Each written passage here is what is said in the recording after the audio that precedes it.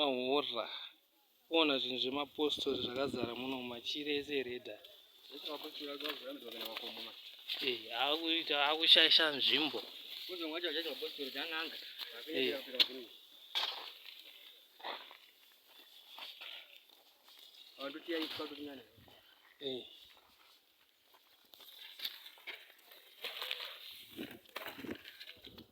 Unongojumana nezita rako wakatowara ivo.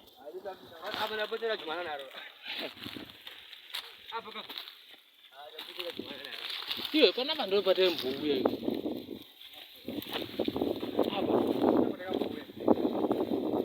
Hatina mboyana nabachiko pana.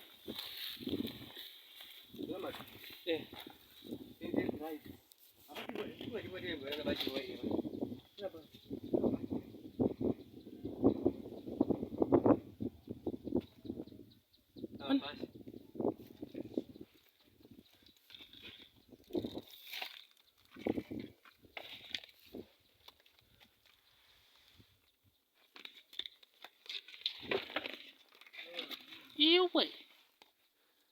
Dzimu. Atizitazoenda kusero. Andisika chituno sekure. Ayo bata tinombopera tari uye.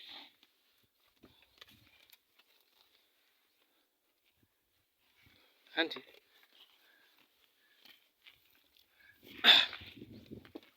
Ari kupi kumwako? Bwazoda muri pamwe chetseka. Uzi tikazotaka kuruwa tobo.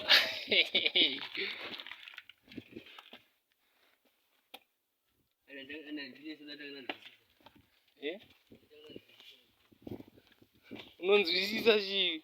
Ukana zvinhu zvacho zvingambokupe maseconds. Kuti unzwisise.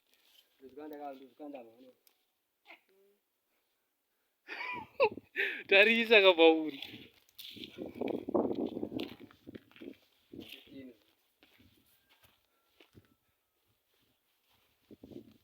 Unoita uchitarisa uchinzwa kuti masounds boy.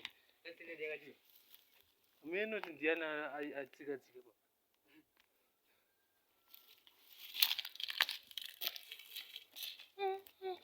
Mapositori ari kushereketa kumana zvese izvo. Shama. Mumashoka mushingi wacho wandinga.